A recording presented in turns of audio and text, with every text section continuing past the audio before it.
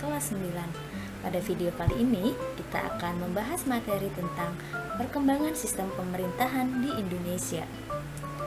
Sebelum memulai pembelajaran kali ini, silakan anak-anak semua bersiap-siap untuk mengikuti pembelajaran pada pertemuan ini. Jika kalian sudah siap, yuk mari kita simak materi pada video ini. Dalam pelaksanaannya, negara yang menganut sistem kedaulatan rakyat menganut sistem pemerintahan yang bermacam-macam. Di Indonesia, sistem pemerintahan mengalami berbagai perubahan sesuai perubahan politik kenegaraan.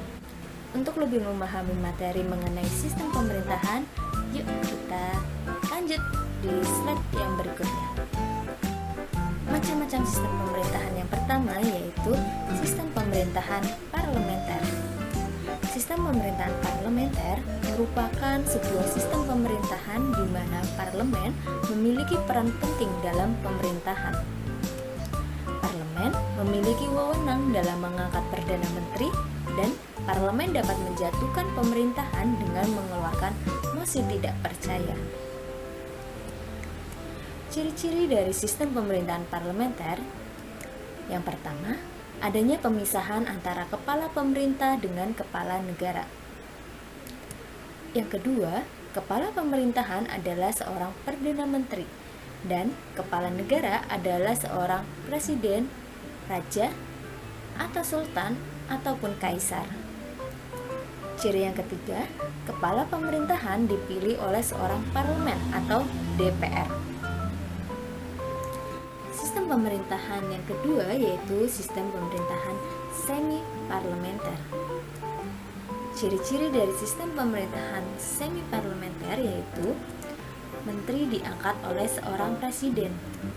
Yang kedua, perdana menteri diintervensi oleh presiden. Yang ketiga, kabinet dibentuk oleh presiden.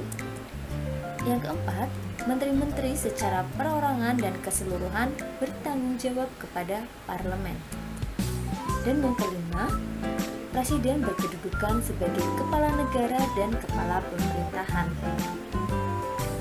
Sistem pemerintahan semi-parlementer ini pernah diterapkan di negara Indonesia dalam penyelenggaraan pemerintahan Republik Indonesia Serikat, yaitu pada tanggal 27 Desember 1949. Sistem pemerintahan yang ketiga yaitu sistem pemerintahan presidensial. Sistem pemerintahan presidensial merupakan sistem pemerintahan yang biasa disebut dengan sistem kongresional. Sistem pemerintahan presidensial biasanya diterapkan pada negara yang berbentuk republik. Dalam sistem presidensial, presiden memiliki posisi yang relatif kuat dan tidak dapat dijatuhkan karena rendahnya subjektif, seperti rendahnya dukungan politik.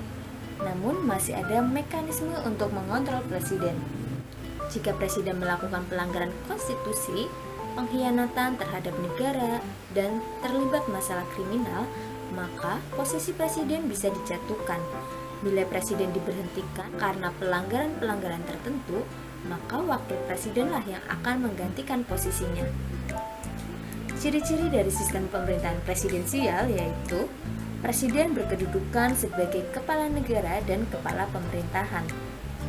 Yang kedua, kekuasaan eksekutif presiden diangkat berdasarkan demokrasi rakyat.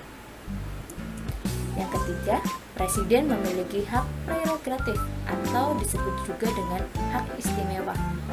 Hak prerogatif adalah hak untuk mengangkat dan memberhentikan menteri-menteri. Ciri yang keempat yaitu menteri-menteri hanya bertanggung jawab kepada presiden.